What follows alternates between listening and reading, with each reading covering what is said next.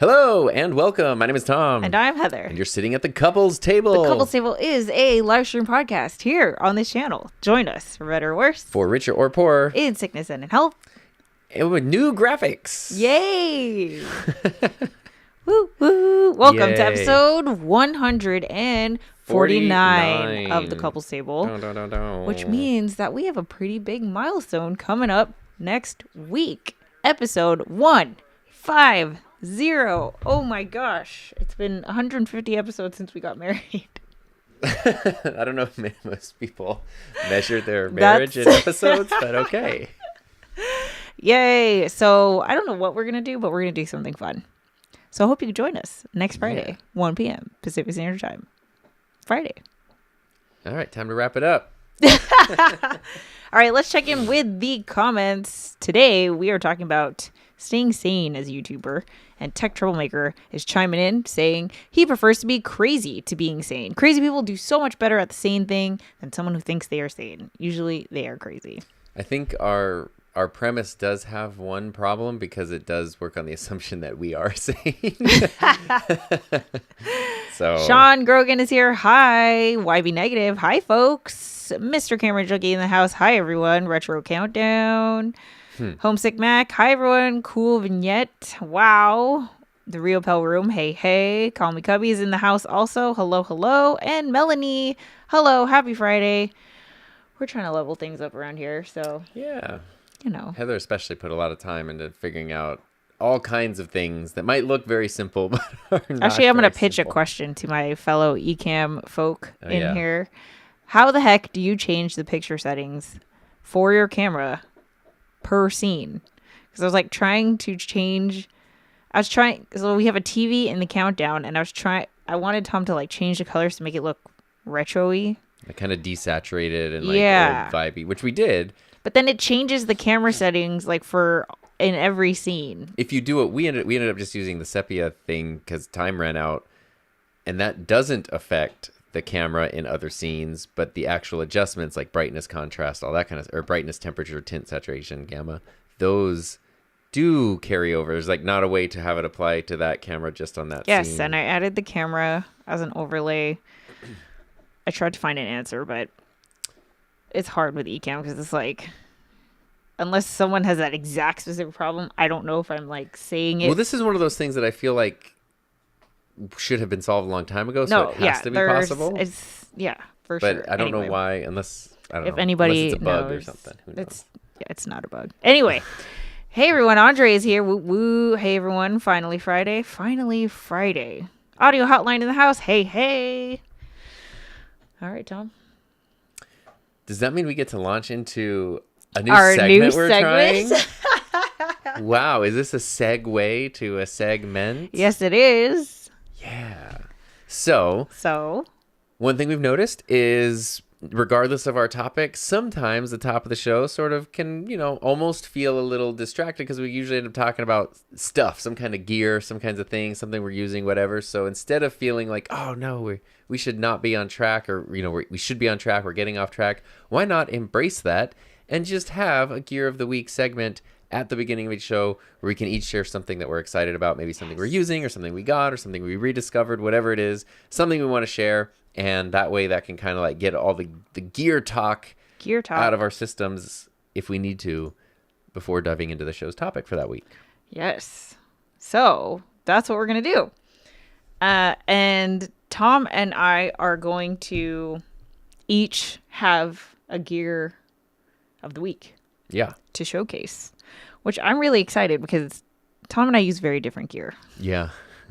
So this will be fun. Yeah. So it will be very fun. So what are you highlighting here? So as you guys know, we have been working on redesigning the office. We have one thing that hopefully we will actually have up by our next episode, since episode 150. We should definitely try to get that up. It was one thing because we switched so many things and built so many things and designed all these things. We didn't change the background at all, but we bought one thing for the background, and hopefully we can figure it out by next week. Yeah, but before that, I have two Govee strip lights. These are just like RGB lights. The brand is Govee. Yes. Govee. And it's just been like, it's just so good for setting the mood, and they don't flicker in camera. Tom tested it even with the slow-mo. They're pretty affordable. I'm pretty impressed with them. And yeah. Honestly, I'm impressed with the whole Govee-verse because they make a lot of different lights. Okay, so check it out. I'm gonna show you what they look like in my office. We're gonna turn off the studio lights for a second, and then I'm gonna show you with this camera because you have to see what we're looking at. So can you change the camera? Oh, sure. Yeah. Boom. Boop. Oh, I turned off the wrong one. Hold on.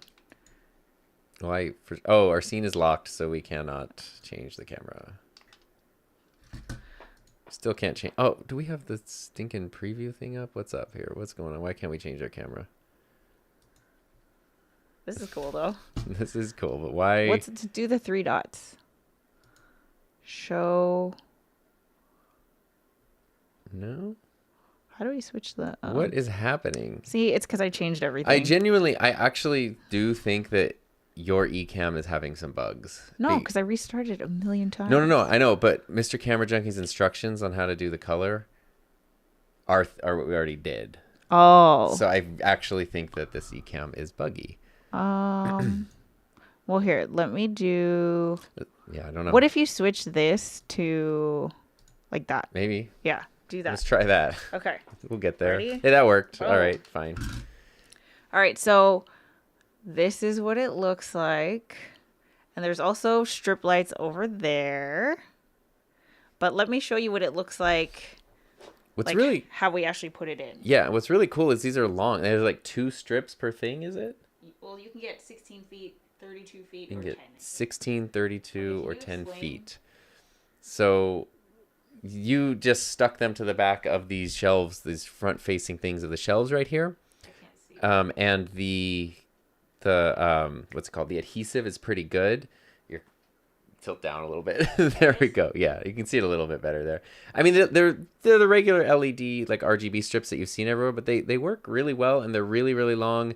They have controllers. There's a whole app, of course, which usually is not my favorite thing in the world, but the app works really well, and you can connect a whole bunch of different stuff. So, hey, there's me. So, what have I? Like, so you have your strip lights here. You have a new thing there. You have lights are going to get here, and you also have this thing up here above us. Boom. There's just a ceiling light, and they're all the same thing, so they can all be like linked together through the app and adjusted through the app. And what is happening? Okay, sorry. Yeah, this is weird. Oh no, you have to go here. Video source. Yeah. Okay. Up. Sorry. Yep. Perfect. Okay, there we go. Woo! There we all go. Right. Good job. Good filming there. So, link in the description to Amazon where you can find it. I have 2 32 feet ones. Yeah.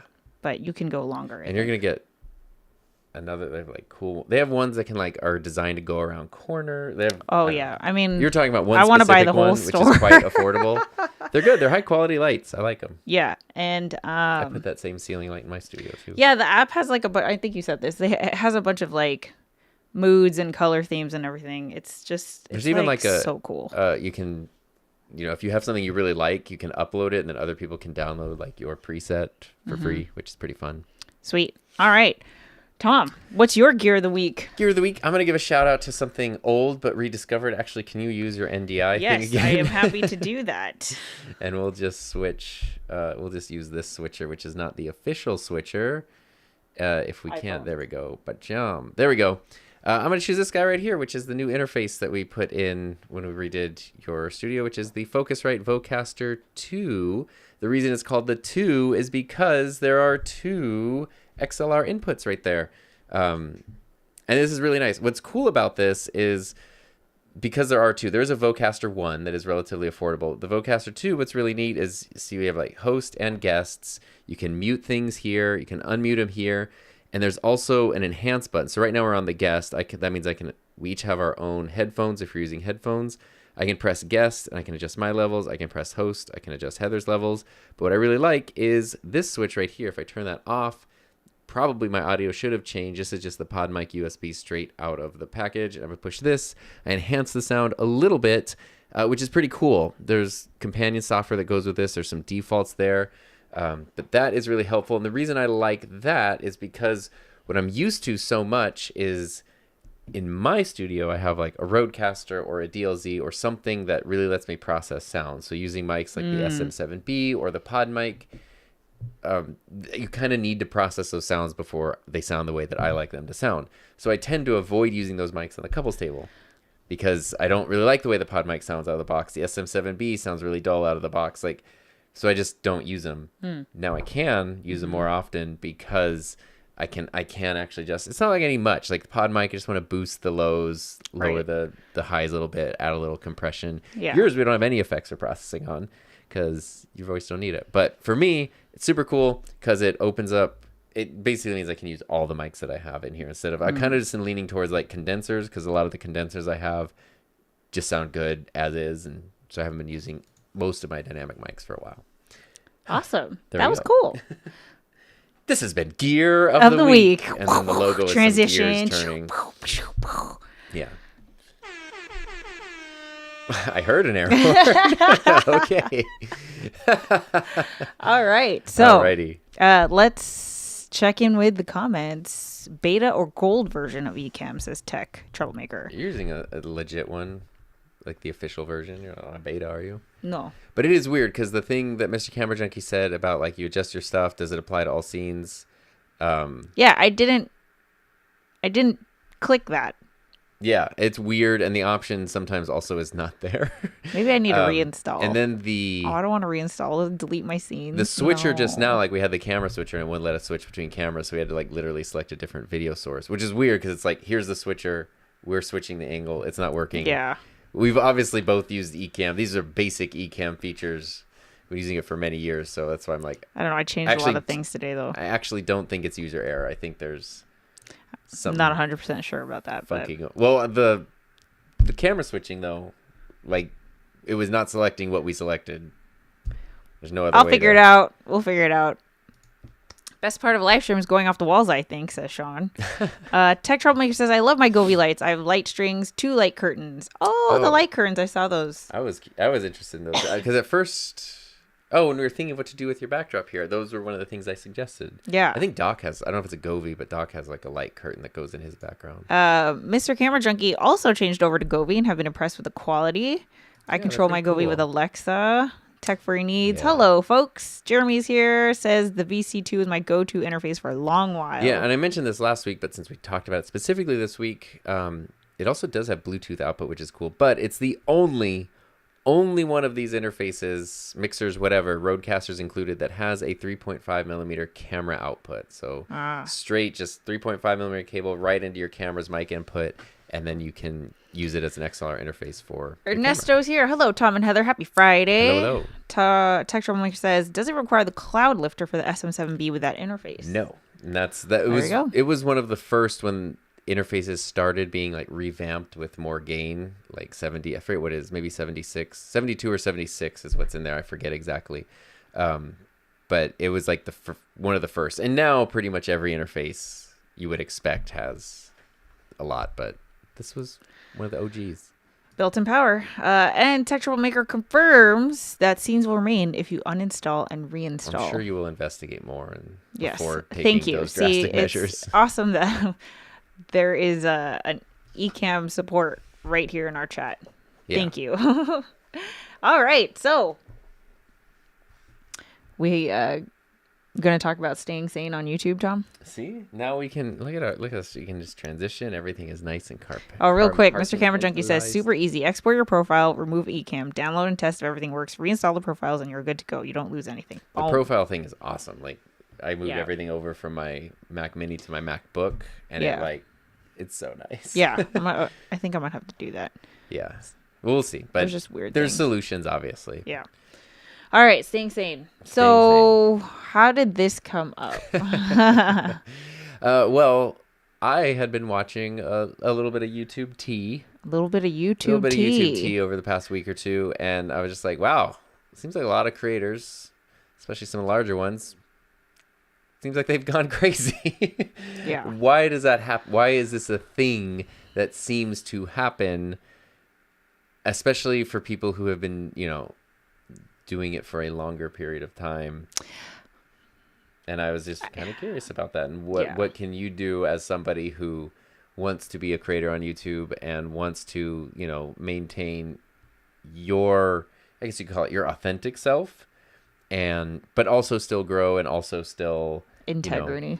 Yeah. But that doesn't mean you don't want views. You don't want your channel to grow. You don't want to earn revenue. Like, it's not that. It's, what is this? How do you navigate that world when it seems so easy that people, I don't think anyone, well, I should say anyone, I don't think most people intend to like find themselves in these crazy situations.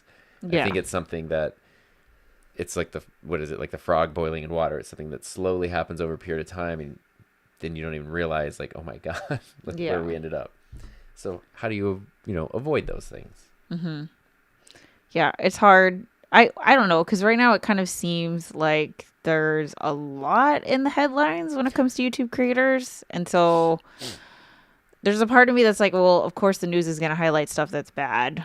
And, there's tons of stuff that is fine or good, but not newsworthy. But also I feel like it's the first time that someone has been able to have such a successful career for this long on YouTube and as a content creator. And so it's like, it kind of feels like, oh my God, it's like when all the YouTubers were quitting, right? It kind of felt like, oh my God, all the YouTubers are quitting, but it's like, this is the first time that you were actually able to have a 10, 15-year career on YouTube. Yeah. And so it's just the first time that's happening. There couldn't be a long-time YouTuber that quit 15 years ago. Exactly. It didn't exist. So I feel like a little bit is part of that. But Mr. Beast is one of the people who has popped up in my feed a lot in terms of commentary videos and news and stuff about kinds of fun things. how the business has been run and how the content's been made and stuff like that. I try not to follow all this stuff, but between the two of us, it's like, I've been following it like crazy. I'll gladly admit that. Okay. Could you give us a summary of what's happening with Mr. Beast right now? Probably not, because there's so much. Just like the big surface level. A surface level summary is that a week or two ago, a former employee put out a video that kind of highlighted some things that they were saying happened behind the scenes. They had a lot of pretty substantiating evidence for the things they were saying, and it wasn't great. And that sort of kicked off. It sort of opened the floodgates for a lot of other people to either come forward with their own experiences, dig into stuff a little deeper.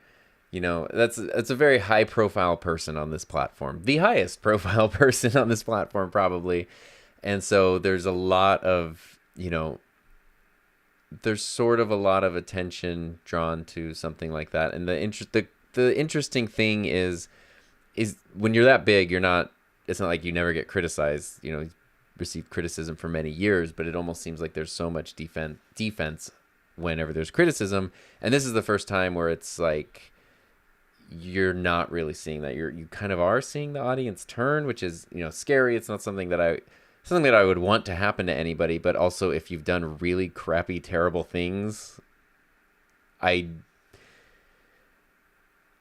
part of it, so we're talking about Sanity. The reason this makes me feel good, and I feel bad saying this, but this is incredibly vindicating because I have felt like a crazy person for years by kind of feeling like something's not right here and feeling like, well, maybe I'm just, I don't know, maybe I'm jealous, maybe I don't get it, maybe I'm whatever. It's like, oh no, something wasn't right there. Okay.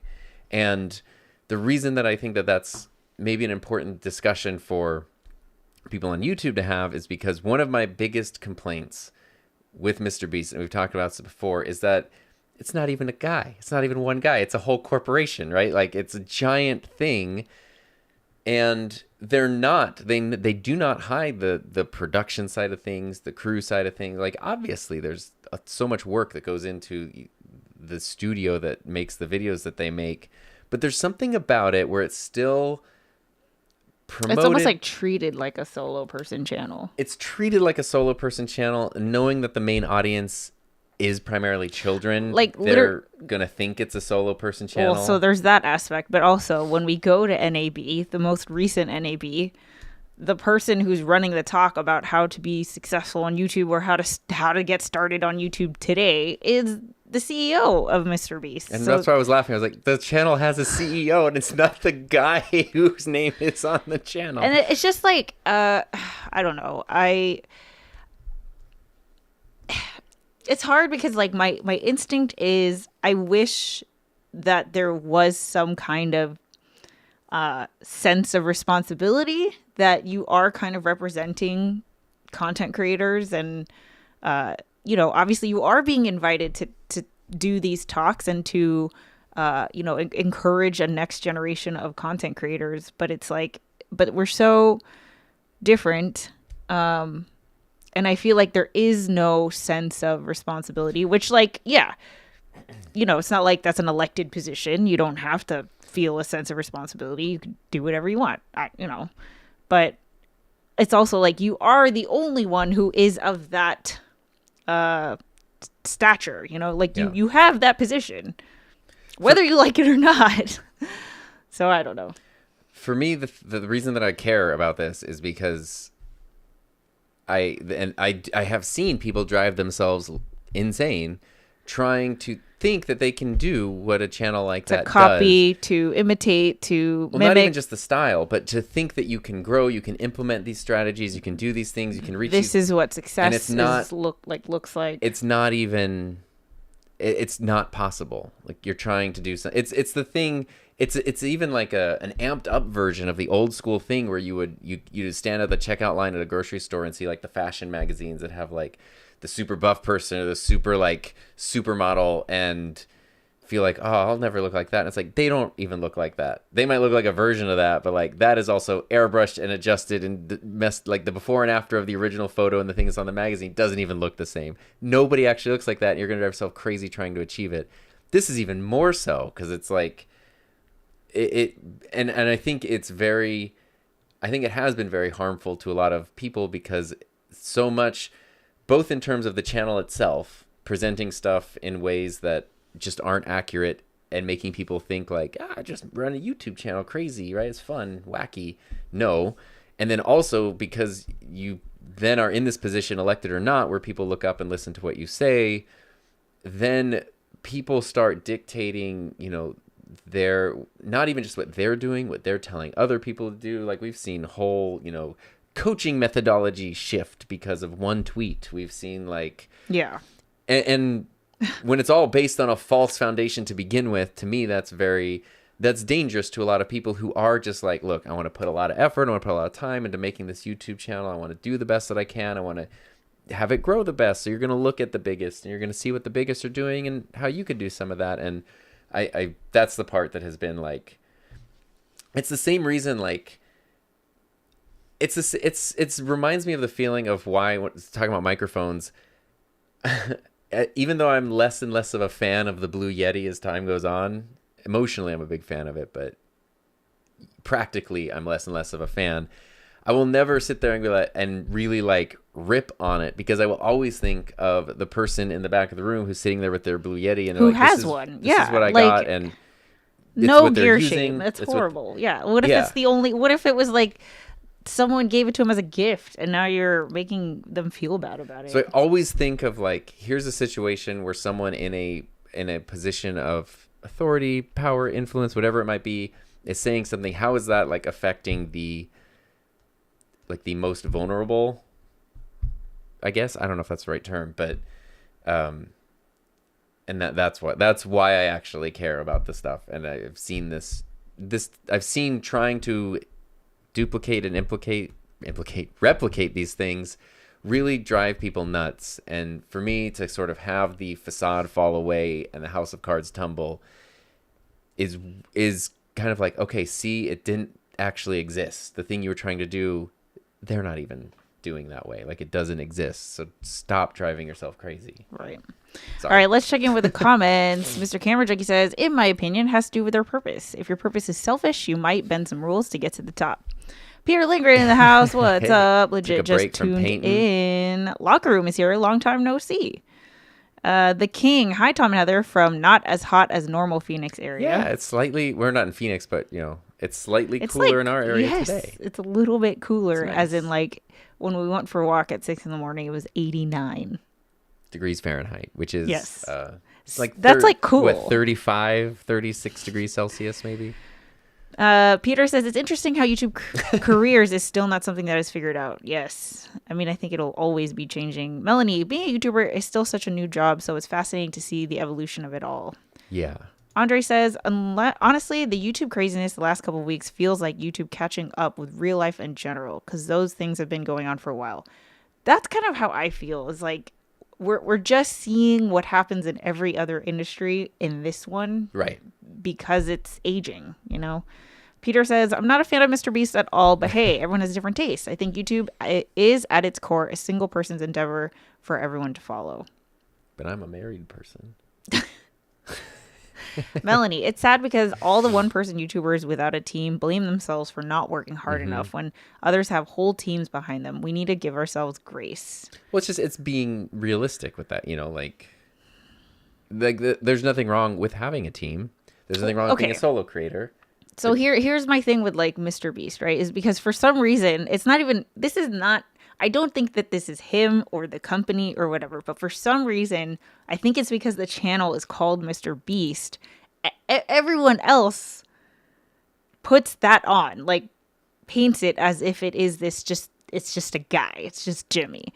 And I have appreciated having a spokesperson for YouTube because I do think he has contributed to why YouTube is still separate from the rest of social media. Like it's not going away. It's an anchor platform.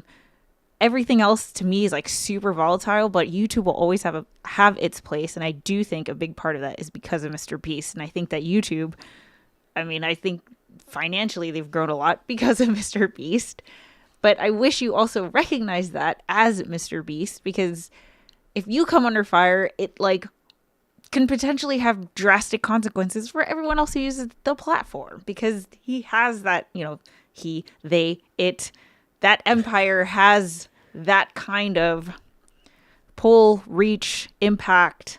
And it's like, I can't even imagine. I can't imagine how much money, that's a huge, I feel like they're a line item in YouTube's budget. And if all of a sudden there's just, bajillion views not happening the way that it used to, makes me nervous. It makes me nervous. But that's why it doesn't make me as nervous, because I don't think YouTube should have that kind of a pillar. I don't think there should be any one thing that if that falls. Well, I hope they know that. I mean, I have no idea. This is just what I think and how I feel. Homesick Mac. In a way, YouTube is for me exactly the same like the music scene. Diverse to hell, but there's space for everyone. Yeah. Right. There's people doing it for all different reasons and all kinds different of levels of success. Performance songs they didn't write, the whole thing, right? Yeah. Peter, I've tried bringing in people to my business, but it's always been so much pressure. I've reverted back to hiring people when I need it. Yeah. And there's a difference too between like having someone help you out. Like a contractor versus even though an Peter's employee. like had people like try to help film and edit and stuff, it's still very clearly your channel. It's still very clearly your individual channel. It's like, I don't know, you've helped me film stuff in the past. Like, it doesn't take away from that. And I feel like calling it like a solo creator's channel is not a lie at all. Exactly. And I don't think the Mr. Beast channels are necessarily, I don't think they are trying to perpetuate it as like it's a solo creator. I don't think so either. I don't think so at all either. But I do think, though, especially your audience is so young and just cannot differentiate. They don't know. They don't. To them, YouTube they don't channels know. all Their work parents the same. don't know. Everything's the same, Yeah. and that's where to me it gets very like. It just gets that's a problem to me. Andre, I think that is a very smart way of doing it, Mr. Lindgren. Don't expand until you really have to. Mm-hmm. More people, more problems. Jeremy, I feel like YouTube is slowly shifting away from the public access nature of the platform into a commercialized, enabling platform for channels with deep pockets. You wanted to have a public access show at one time, didn't you? I did. I did too.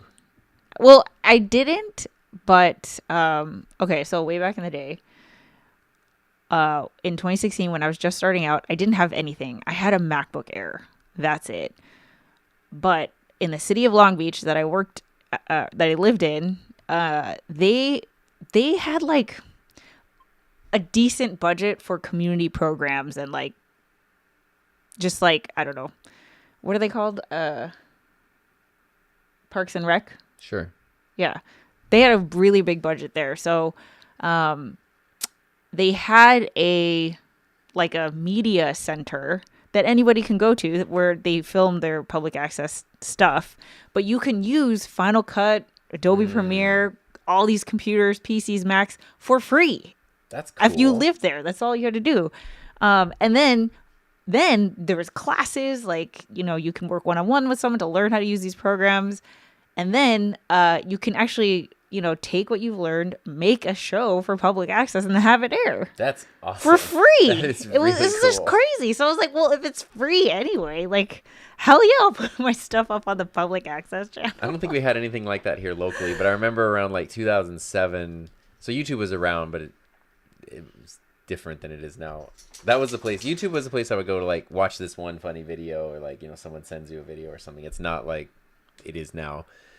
And there were a couple public access shows locally, and I remember thinking, like, everyone wants to be huge. No one wants to dominate public access. What if like, it's like me and one of my friends, I was like, what if we just, our goal was to just like absolutely dominate public access? Well, okay, so here, back to Jeremy's comment. I feel like YouTube is slowly shifting away from the public access nature of the platform into a commercialized, enabling platform for channels with deep pockets. I feel like YouTube, I hope that YouTube will never, I feel like they recognize that they were built off of the solo one person being authentic. You can have this kind of connection in a way that you can't with any other media. I feel like they recognize that, so I feel like that's not going to go away. I do feel like they've also made a lot of space for the commercialized enabling platform situations. I think there's room for both. I don't mind both being there. Because I also think that, you know, I don't want to say that most of the people that I know who watch YouTube prefer the opposite, right? Like the more public access-y. Yeah. Yeah. Exactly. There's definitely audience demand for that. Peter says, I honestly don't think one needs to expand. I have a 6-figure business, but still manage to do all the things myself. I think that's like knowing when enough is such an important thing that nobody really talks about. Like, and that's the thing, you know, we've talked about this before, but especially living in like whatever it's called, late stage capitalism, where you just need infinite growth at all costs. Like, if there's a company that has $20 billion in like revenue or profits or whatever this quarter, and then they have $20 billion in revenue next quarter, they're failing. Yeah. Because there's not growth, even though it's like $20 billion. So there's no way to fix that, I don't think. But as an individual, I think there is a thing of like, okay, like how much do I need? How much do I have? You know, think about the future. And you can kind of come to a situation where it's like, as long as I'm in this little zone right here, I'm good. And maybe it doesn't need to be year over year. Blue Yetis are a place for newcomers to start, and there's nothing wrong with that. Yes, yeah. I have my Blue Yeti. Yeah. Right here. It definitely holds a very, very special place in my heart. But especially as time goes on, it's just harder and harder to recommend because there's so many better. Tom tried to make a video with the Blue Yeti recently, and it was terrible. So he had to scrap it. Well, ironically, the video was how to make the Blue Yeti sound good. And like, he couldn't. The answer was, okay, we're just going to throw this video away. Peter says, it's easy to think that we need more people to help us make better videos, but in reality, we just need more time to make the videos we want. Yes. Ooh. That's it. Getting the air horn there. Well, it's also, you know, it's easy to look around and see what others are doing. Like, someone got an office, someone got an assistant, someone's doing that. Like, I should be doing that. Instead of going, like, someone got an office, why did they get an office? Like, you know, they got an office. Do you need an office? Yeah. They have a tiny apartment with a newborn in it. So working from home doesn't make sense. They needed a separate location. Oh, well, we have no kids in a house. We don't need a separate, like, yeah. it's hard. Looking at, when you see someone doing something that you kind of feel the tug of, I feel like I should be doing that. Yeah. I think it's important to try to figure out, at least as best you can, why they're doing it. And the why might be very different from what you need. Andre says, exactly, Peter. No need to bloat. That's the crazy part, Jeremy. It feels like YouTube is getting out of control, but the megacorp channels are a very small part of YouTube. Yeah, I mean, most of YouTube's still just people. I feel like people, like there's always going to be a place for like, your Netflix, your Hulu, and that equivalent on YouTube. But I also think that people like connecting with that person that reminds them of them. Yeah, for sure. Why be negative? Pay not attention to the man behind the curtain. Ono Coffee. In my professional world, I've always relied on staff to handle many of the details of operations. It is a serious burden. Serious burden because you know that your decisions affect so many lives, but it is difficult. That's what I think happens to a lot of people who do expand, and it goes well. Like, things do well. Is that they find themselves in now a manager's position. It's like, wait, I didn't want to be that. And even going back to Mr. Beast, like, I guess he's not the CEO of his channel, but obviously he's like the boss of the channel. Probably not great equipped, not super well equipped to be the boss of a lot of people. Like, just, which is, like, it's almost that thing sometimes, that we've been watching more sports. Sometimes like a retired athlete will like take a broadcasting position, and it's like, well, okay, they might be the best player in this sport or this position of all time, but that doesn't necessarily mean they're going to be a great broadcaster. Well, that's the thing, because like, being a good like performer or YouTube creator, or the person who's on like the face of the channel, does not necessarily mean that you are business savvy or know how to handle HR or legal matters or the books and finances and stuff like that. And I think, I don't know. Well, it's interesting to manage a large company, large number of employees, if you're someone who's never had a job. I don't know how, maybe that might not lead to good things. Yeah. To do everything yourself, especially as you design to grow. I think that's the carrying on of the last. Oh, Peter, I think one of the biggest differences with YouTube is that you can't rely on anyone else. You are the business. That's got pros and cons, because it's also all the pressure that comes with it. Andre, the fun part about my home feed is I never get big star random channel suggestions in my home feed, so the algorithm is doing something right. I don't really either. Maybe some in the tech space once in a while, but like I've never had a Mr. Beast video recommended to me. I haven't either. I've had like now especially. No, it's well, like the criticism and commentary things. I can't say that. I feel like I've seen some of the most popular thumbnails, or I don't know if it was I saw it on someone else's channel doing commentary of it. See, that's his face will be in there, but it's not on those. Kevin, what's up? Let's see. The David Dobrik debacle a while ago was also a show, but almost everybody forgot about that. Yeah, it's funny how. Well, it's like there's a short-term memory. I think this might be different because of the scale of it, but like David's career doesn't seem to be doing great now. So it's like even though people forgot about it, there still was a. Yeah, you're not doing anything. Yeah. Yeah. I mean, of course, for a lot of these people, maybe they don't even need to do anything anymore. It's fine. Living off that AdSense. Morty, what's up? Hey, how y'all doing this afternoon? Did you happen to see the Zoom H1 XLR announcement? I do get pretty giddy about new gear in general, but this feels like a big deal for filmmakers. Run gun? Yes. So I did sign up for the like B&H pre-order. Oh, this is what you told me about. List. Yes. So Tom's excited. I'm very excited. The thing I was talking to Bronson from Audio Hotline about this yesterday. The thing that I was confused about was versus the P4, which is currently at the same price. You have 4 inputs versus 2 inputs. And we were like, well, it's 32-bit float, higher quality versus not 32-bit float, slightly lower quality, sample rates, etc. They serve different purposes, but I'm very excited for it, and I want to try it out.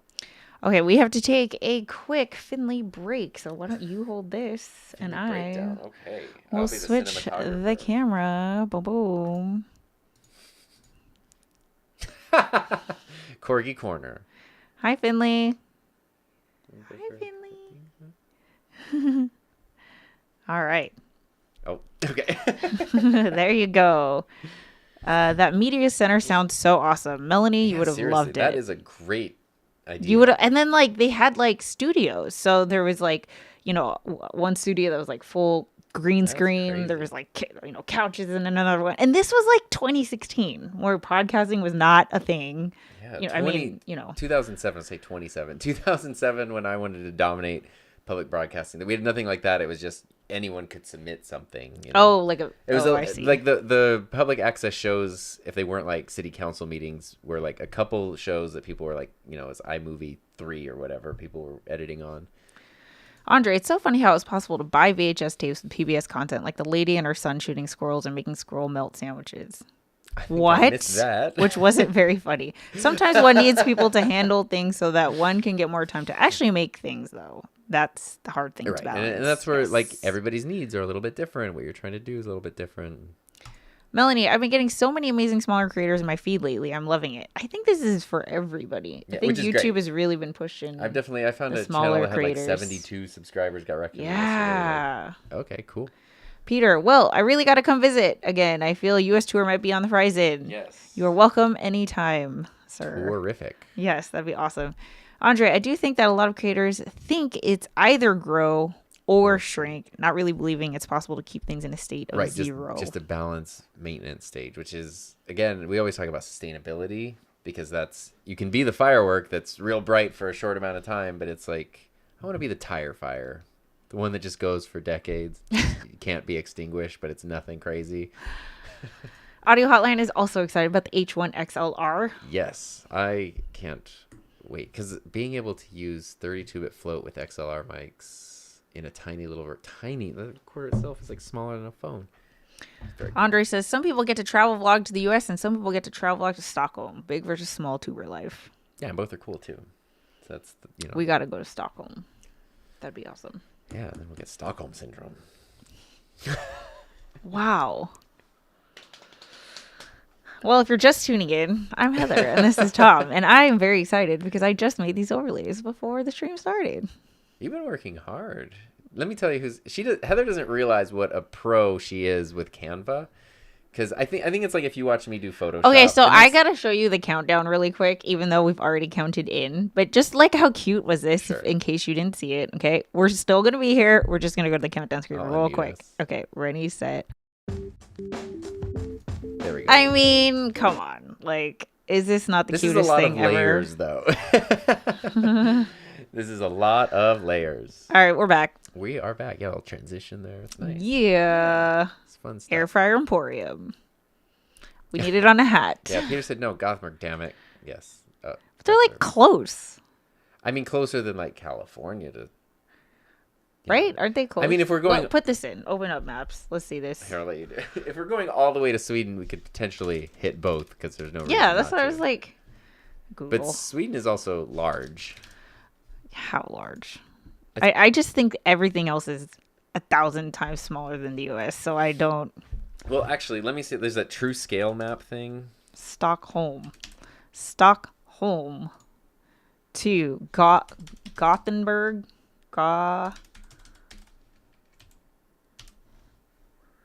Okay, 5 hours. 5 hours by car. Okay. Here to Vegas. Okay.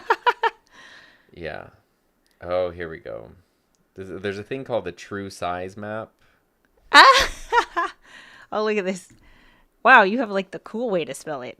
Oh, Gothenburg eats Stockholm for breakfast. Much cooler city. Have you seen this is off topic. We have derailed. Sorry.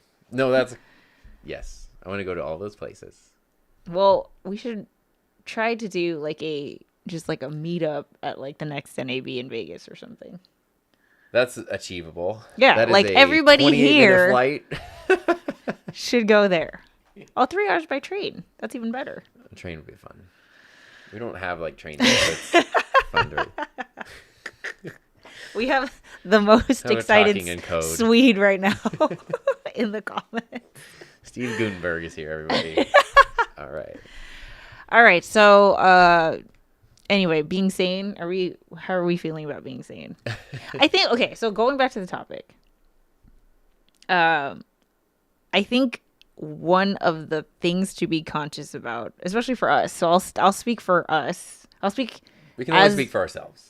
I'll speak as a content creator who's been doing this 8 years, and I also speak to you as your wife of you being a content creator is I think any career is going to naturally have its ups and downs the longer you are in it, right? And I think that's especially true for YouTube, since YouTube is constantly evolving and times are changing and all of that. And the way that you feel about what you're doing is going to change. Like, that is a fact. And if you don't if you feel like you are, immune to change, awesome. But I think most people, your priorities are going to change, the way that you feel about things in your 30s versus your 40s and stuff like that. And I know for Tom and I, we want to do this for as long as we can. Like, we want this to be our last job. Yeah. And not because we died, but because unless we died at like 110 or something. Sheesh. Well, you know what I mean. You took it there. Sorry. Yeah, if something happens tomorrow, it was my last job. But like, no, yeah. So I think just constantly, just being aware of that. Being aware that sometimes you might not change anything. Like, everything might be the same, but internally you feel some kind of misalignment. Sure. Maybe you're just not feeling it this way anymore, but that doesn't mean that, like, you're doing it wrong or someone's doing it better, or you need to be doing it a certain way, or so I think having a sense of community is always a good thing. You are really good about that. That's one of the most valuable things you can have. Yeah I didn't want to interrupt your train of thought. And also finding little ways to level things up. Changing your overlays or redesigning your office. Yeah. Finding new tools, switching things out. I'm saying this for the me that is obviously going to, hit a wall in a year or whatever. Whew. Did you just yawn? That was my yawn. Oh my God. I tried not to. Last week we did it earlier. I don't know.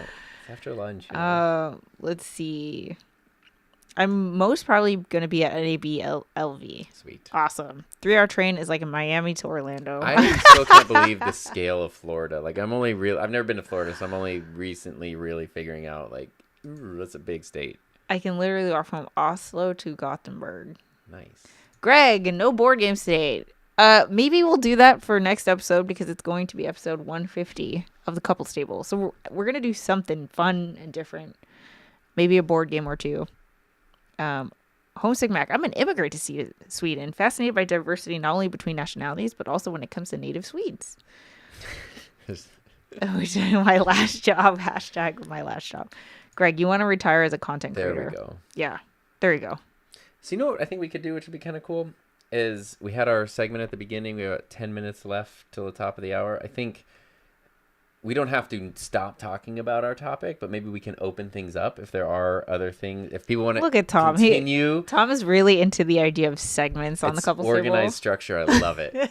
If people want to continue talking about the topic of staying sane on YouTube or anything we talked about today, let's dive into that. But also, if we want to talk about the 32-bit recorder and the whatever community corner segment. Yeah, it's a cool way to just sort of wrap it up, so that way. Also, I've been the person in a live stream where I was like, oh, I want to go ask this person about this thing, but they're so specifically on a different topic. Yeah. I'm like, oh, I don't want to derail. I want to make sure everyone gets. So the person with the Blue Yeti, I want to make sure everybody gets, thought of. The thing that I was showing you, I don't know if anyone's ever been there, but if you go to thetruesize.com, you can find the true size of countries and continents on Earth. And one fun thing that they'll do is it'll give you, like, I'm showing Heather, here's the United States. But you drag it around the map and you actually see how it compares, because, like, if you look at a globe, like, the world is round, right? For most of us agree. And when you look at a globe, you see the size of everything on there, but stuff like, Antarctica is huge, and, like, the scale is warped because you're trying to wrap things around a sphere. Yeah. And this is cool because it lets you see, like, oh my gosh, like, how big or how small some countries are. Like, I don't know, it's fun. It's a cool thing. So it's fun to, like, take America and put it over Sweden over here. And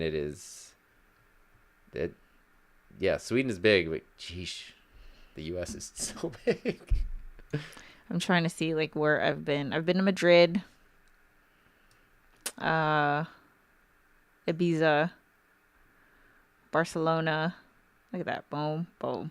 Do you want to put that up there so we can see it? Okay. No, it's fine. Okay. But you know what's weird about Barcelona and Madrid? No, what? A lot of people speak English in Barcelona. Okay. No one speaks English in Madrid. Really? And that close together? I mean, it's not close, but... Well, I mean... Madrid's the capital. It's the United States version of so close. They speak Spanish, obviously.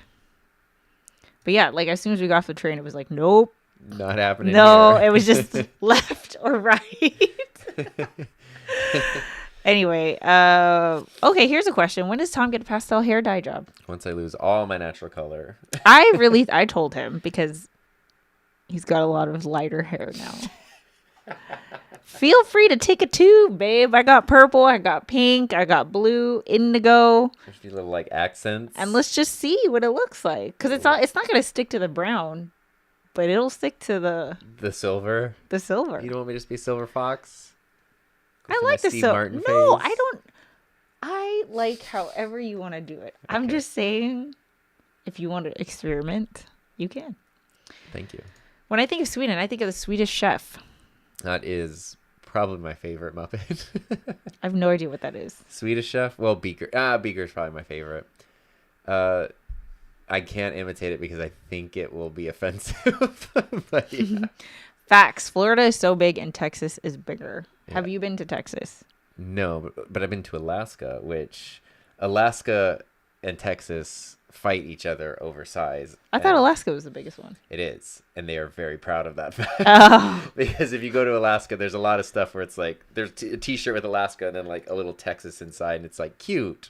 Oh my god! They'll do like you can go to like restaurants. Yeah, Alaska's like way bigger. You can go to restaurants and get Alaska size fries or something, and it's like a huge order. You can get Texas size fries. It's like and the kid size. Yeah. Wow. They really throw a lot of like shade at Texas, and it's funny because they're not near each other at all. But yeah, what a random thing to. Yeah, it's also their arbitrary. Like Texas is just arbitrary lines, right? Like you know. It's no specific. It's all literally the same landmass in the end. But whatever. You guys should do a Scandinavian tour. I agree. Yeah. I mean, we did our Iceland, Switzerland thing, but I would love to do more of that whole region. See, so this is our goal. We're doing little level ups here. We're leveling up the couples table. We're gonna level up every little thing, and eventually, it's gonna lead to the Heather and Tom Scandinavian tour, sponsored by Mr. Beast. Sponsored by somebody. Let's see. Andre, I worked in Dallas for 3 months, commuting between New York and Dallas every week. Sheesh. That was a culture shock for sure. Oh my gosh. Yeah. What a crazy. Yeah. And Tom with a pink hairdo. Tom with the pink hairdo what?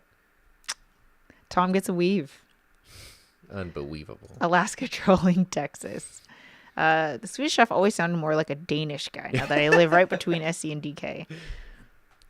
That's fun to know about Alaska. Yeah, I remember I went to a restaurant in Alaska and they had the thing they did have was like Alaska. They had pancakes. You get a pancake and you get an Alaska pancake, which is like freaking like frying pan. You could get Texas-sized pancakes, which are just a silver dollar pancakes.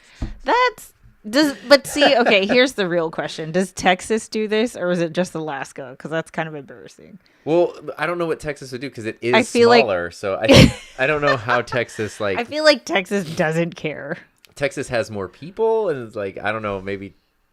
I feel like Texas does. Like who's waving that flag, you know? I feel like it exists for a reason. I don't know why Alaska just like dropped the gloves for no reason. I don't know. Greg, the couple table at the North Pole, sponsored by polar bears. Sponsored by polar bears. Oh my god, we saw a polar bear just recently. We went to the San Diego Zoo this week, and that was way fun. We saw elephants, we saw penguins, we saw polar bears, and they had a 2.5-year-old orangutan. Oh my god, he was really cute. Who was just exactly like a 2.5-year-old human being. We saw all the things. It was way fun. I asked chat. What did you ask, Chad? Do Texas and Alaska dislike each other? There is a friendly rivalry over which state is biggest and best in various categories. Texans often pride themselves on their state size, culture, and history, while Alaskans might counter with the fact that Alaska is physically the largest state and has unique natural features. The rivalry is more good fun rather than serious dislike. That's the vibe I got. Only in Alaska, though. If you go to Texas, they're not talking about Alaska. I'll tell you that right now. There's not. I've been to Dallas. I've been to Austin. In Alaska, okay, you've got like. It is dark for half the year. I love it there, but it's dark for a long time. Not a ton of people. You do what you know. I feel like they're the only ones talking about it. I would rather live in Alaska. Texas state slogan is "Everything is bigger in Texas." I mean, that's true. And so Alaska was like, "Don't forget about us. We're up here." So you haven't had Texas barbecue? No. Oh man. Yeah, I haven't had really southern barbecue. We were talking about Georgia last week, but Georgia, they said they have like vegetarian barbecue over there. I feel like the world will catch up. Yeah. We'll have vegetarian barbecue, but damn, it was so good. I'm not gonna lie. Barbecue is like my favorite genre of food before being vegetarian. So good. I love barbecue. It's very good. Oh man, thus the trolling. Texas, center of the universe complex. Would be a little true. I didn't get that vibe. I felt like, well, I also went to Austin, which is basically mini California at this point. Right. You might have just made a lot of people really mad. Like super into like live music and beer. Yeah, they're just vibing, you know. I don't know. I mean, isn't that what most people are into at the end of the day?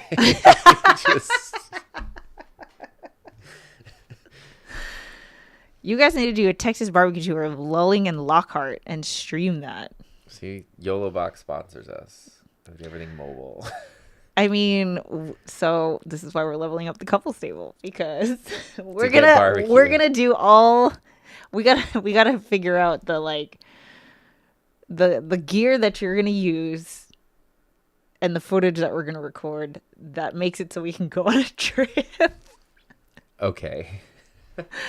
And it could be sponsored. There we go. I got one of the best barbecue spots in South Florida, just 5 minutes away from my house. Wow, that's dangerous. Yeah, that'd be a problem. Yeah. Because we have Handel's Ice Cream 5 minutes away from our house, and guess what we're doing right after this? Oh, is that still happening? I wasn't going to bring it up, but I was... You have brought it up at least twice today. He's acting like it wasn't. She incepted the idea yesterday, freaking 24 hours ago. Anyway, I discovered that Handel's has a flavor that is vanilla with Oreo and cookie dough called Odo. And Handel's that's what I'm getting. Very good, like homemade style ice cream, but not the like overly buttery, fatty homemade ice cream where like your lips are like greasy after eating it. It's like crisp and like really good, and they have a million flavors, and it's all super good, and they're like friendly, and it's not crazy expensive. Oh yeah, it's good. And Tom also might start playing Final Fantasy 14 this weekend. Oh yeah.